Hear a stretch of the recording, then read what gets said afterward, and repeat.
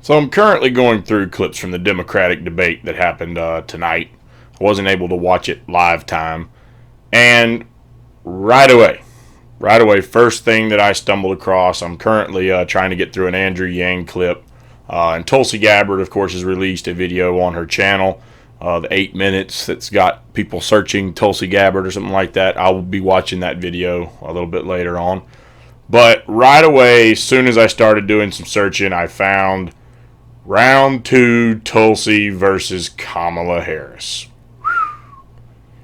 And as you should expect, it's pretty predictable.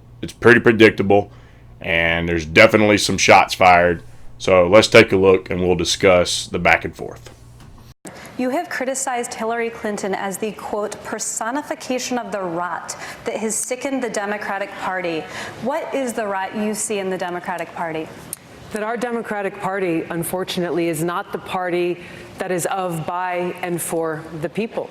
It is a party that has been and continues to be influenced by the foreign policy establishment in Washington, represented by Hillary Clinton and others' foreign policy, by the military-industrial complex and other greedy corporate interests.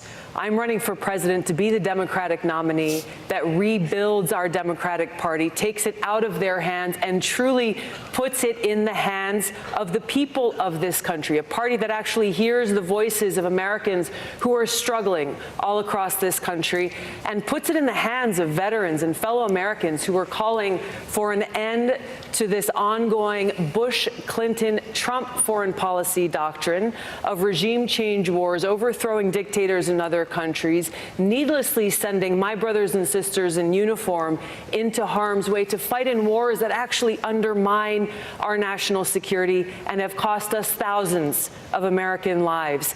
These are wars that have cost us as American taxpayers trillions of dollars since 9/11 alone, dollars that have come out of our pockets, out of our hospitals, out of our schools, out of our infrastructure needs. As president, I will end this foreign policy, end these regime change wars, work to end this new Cold War and arms race, and instead invest our hard-earned taxpayer dollars actually into serving the needs of the American people right here at home. Senator Harris, any response? Oh, sure.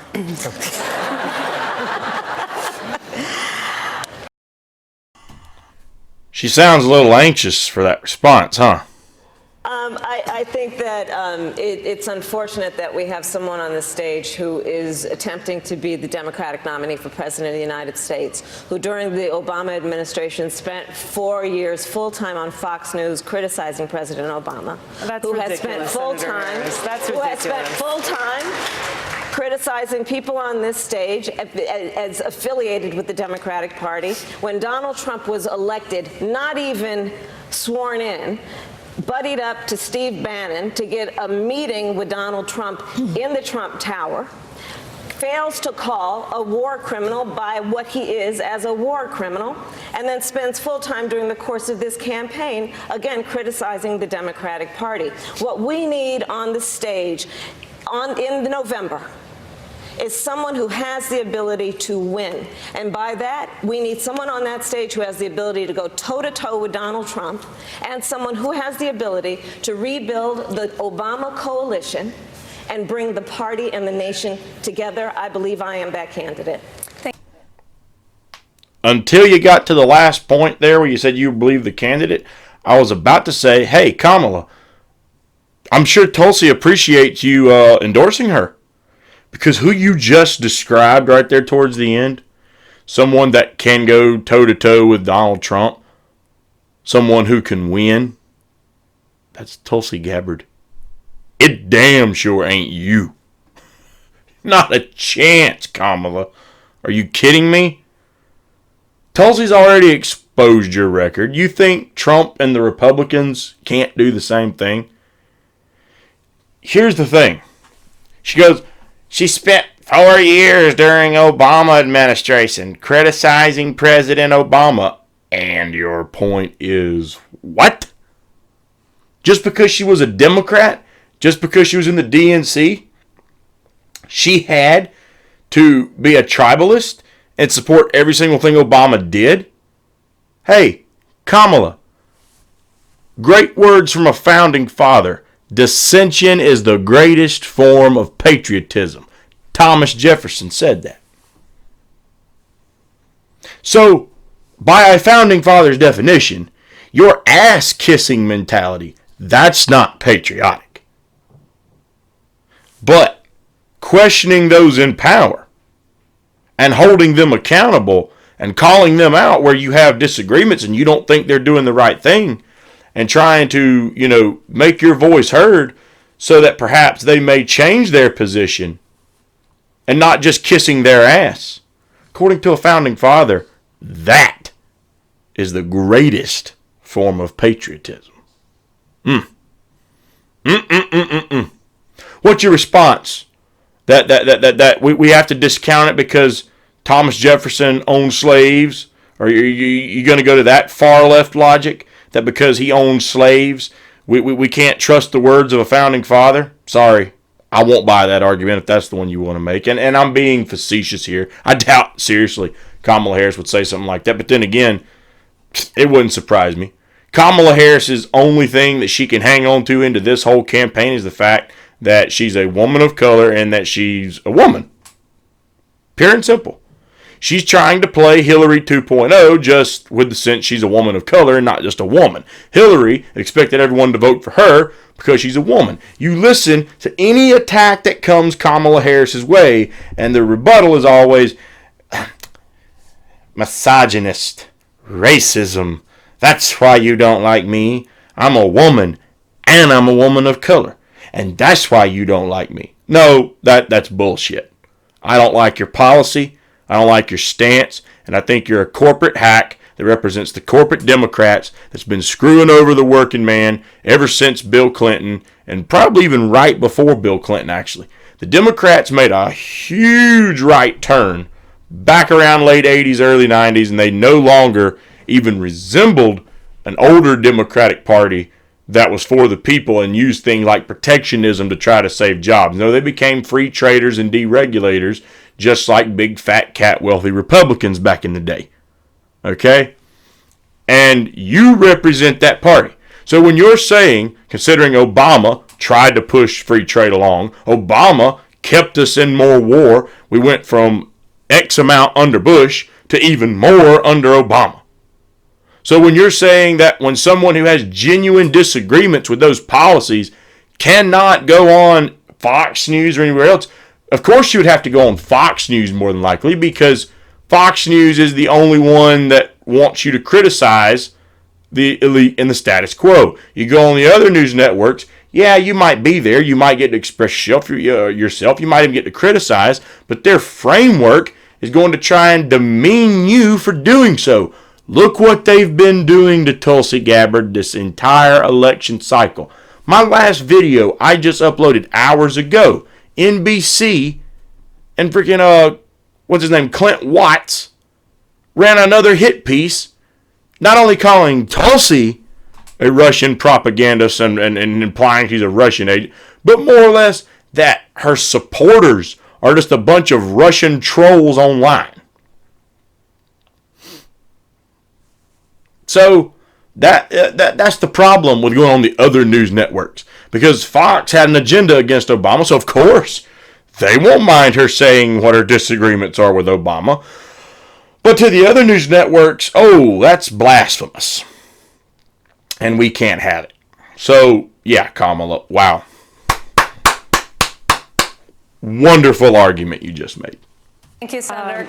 Yes. Congresswoman Gabbard, I'll give you a chance to respond. What Senator Harris is doing is unfortunately continuing to traffic in lies and smears and innuendos because she cannot challenge the substance of the argument that I'm making, the leadership and the change that I'm seeking to bring in our foreign policy, which only makes me guess that she will, as president, continue the status quo, continue the Bush, Clinton, Trump foreign policy of regime change wars, which is deeply destructive. This is personal to me because I served in Iraq. I left my seat in the state legislature in Hawaii, volunteered to deploy to Iraq, where I served in a medical unit where every single day I saw the terribly high human cost of war. I take very seriously the responsibility that the president has to serve as commander-in-chief, to lead our armed forces, and to make sure always, no, I'm not going to put party interests first. I will put the interests of the American people above all else. Thank you, Congresswoman. I want to briefly give Senator Harris a final second to respond.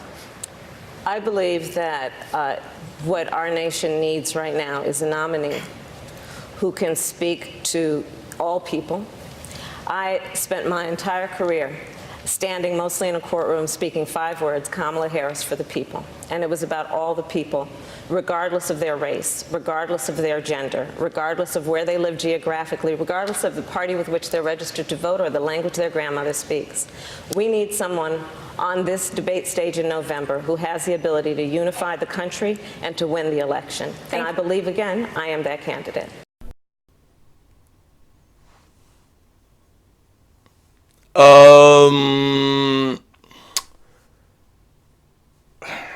Is it just me?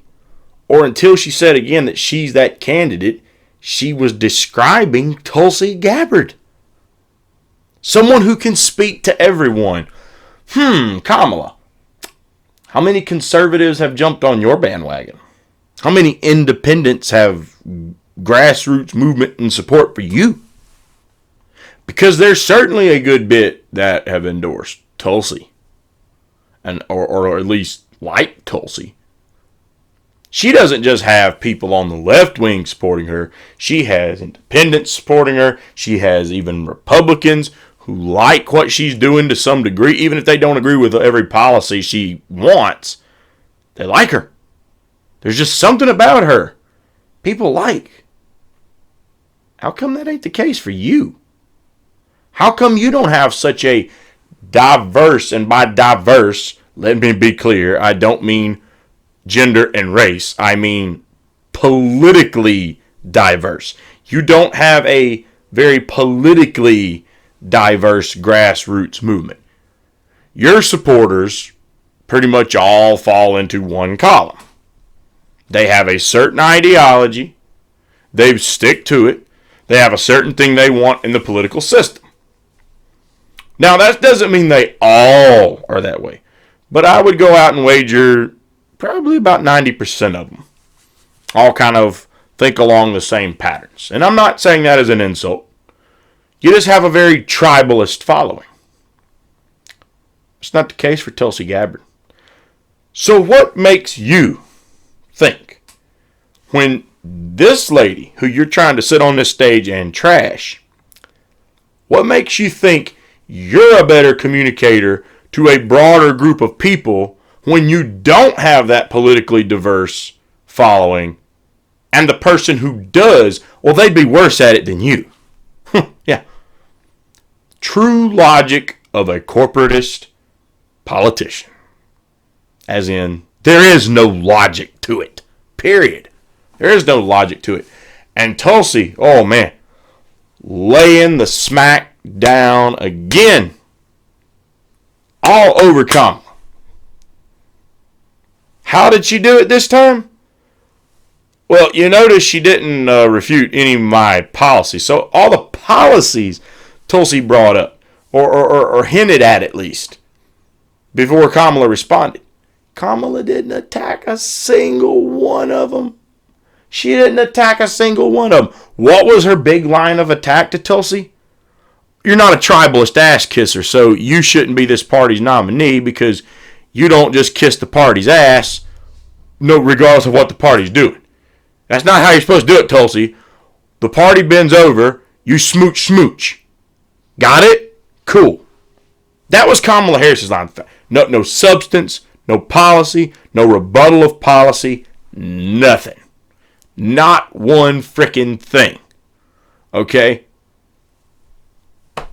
And so what was Tulsi's response? Yeah, so that tells me that you must be willing to pretty much continue the status quo stuff that I'm saying I want rid of, and that's why you can't, rebut anything, and you can't argue me wrong. You're in favor of it, and you're wrong. You're just bought and paid for like most everybody else, and so that's why you're so willing to go along with it so willy-nilly. Wonderful. And final point, examine body language. Body language will tell you a lot of things, people. When Kamala first started trying to go after Tulsi Gabbard was not afraid to turn and look and make the eye contact or attempt to make the eye contact. I say attempt for a reason. Because Kamala didn't want to make that eye contact. Now, when you don't want to make eye contact with someone, when you just have to keep staring forward and speak about the person, but you don't want to look at the person,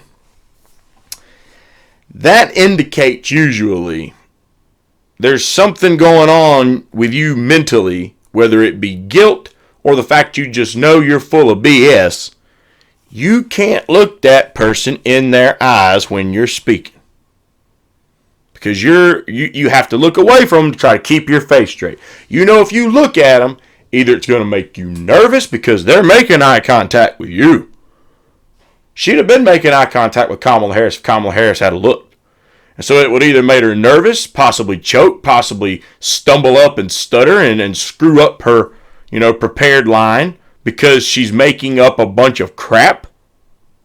Okay? Either that or just simply the fact you feel too guilty to try to look that person in the eyes and sit there and spread BS about them.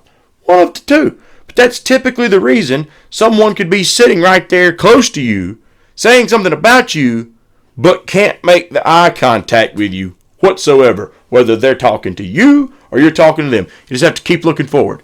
Point in case, if you can tough through it, go watch some of the impeachment clips this week where you got Adam Schiff when the Republicans are laying in, exposing how fraudulent this whole mess is and just how much of a circus and a joke this impeachment proceeding is turning out to be.